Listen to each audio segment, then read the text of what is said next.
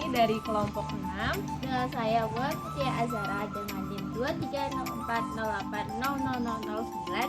Saya Olivia Rahana Marsha dengan NIM 2304080028. Saya Aufi Nur Lailia dengan NIM 2304080032. Pada kesempatan ini, kami akan menampilkan video mengenai penerapan fenomena permukaan pada adsorpsi limbah saluran air sebagai salah satu tugas proyek mata kuliah keseimbangan kimia. Selamat menyaksikan! Tujuan dari percobaan ini yang pertama, mengamati limbah air yang melewati proses adsorpsi penjernihan air dengan metode filtrasi dan adsorpsi. Kedua, mengetahui perubahan dari limbah air yang telah melalui metode filtrasi dan adsorpsi meliputi bau dan warna. Ketiga, mengetahui bagaimana cara penjernihan limbah air dengan metode filtrasi dan adsorpsi. Pernahkah kalian melihat saluran air yang kotor? Hal ini disebabkan karena terjadinya pencemaran air. Prinsip adsorpsi dapat menjadi solusi untuk mengatasi masalah ini. Adsorpsi adalah proses di mana molekul atau ion menempel secara fisik pada permukaan suatu zat padat yang disebut adsorben. Arang aktif dan zeolit dapat menjadi adsorben yang baik karena memiliki luas permukaan besar dan berpori. Pada eksperimen sederhana ini, mari kita lihat bagaimana proses adsorpsi bekerja pada limbah saluran air. Alat dan bahan pada eksperimen ini yaitu kapas, kasa, limbah cair, gunting, botol bekas, arang aktif, kerikil, ijuk, pasir, dan batu zeolit. Untuk prosedur kerjanya yaitu: Pertama, potong botol plastik bekas dengan panjang 18 cm dan untuk botol yang kedua dengan panjang 10 cm hingga membentuk corong yang terbuka. Perbedaan panjang botol ini digunakan untuk mengevaluasi efektivitas proses absorpsi berdasarkan tinggi dan frekuensi absorpsi. Selanjutnya yaitu penyusunan lapisan absorben dalam botol.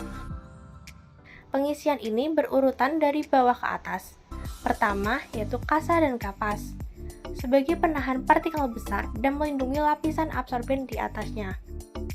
Kerikil digunakan sebagai lapisan pendukung untuk memastikan distribusi air merata sebelum memasuki lapisan absorben lainnya. Pasir berguna untuk membantu menangkap partikel halus dan memberikan permukaan tambahan untuk absorpsi awal. Ijuk untuk menyerap partikel tersuspensi kecil dan zat organik yang sulit dihilangkan. Arang aktif sebagai absorben utama untuk menyerap bau, warna, zat organik, dan beberapa logam berat. Zeolit sebagai absorben terakhir untuk menyerap ion logam berat, amonia, dan meningkatkan kualitas air.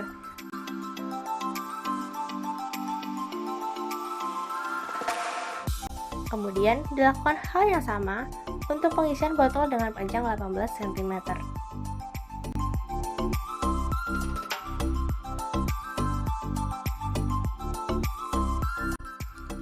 Kemudian pada tahap ini limbah dari saluran air dituangkan dari atas sehingga terjadi reaksi fisik dengan permukaan setiap lapisan adsorben.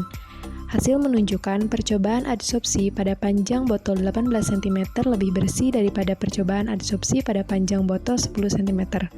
Hal ini menunjukkan bahwa panjang lintasan pemurnian air secara adsorpsi dipengaruhi oleh panjang lintasan pemurnian. Semakin panjang lintasannya, maka hasil air yang diperoleh semakin bersih.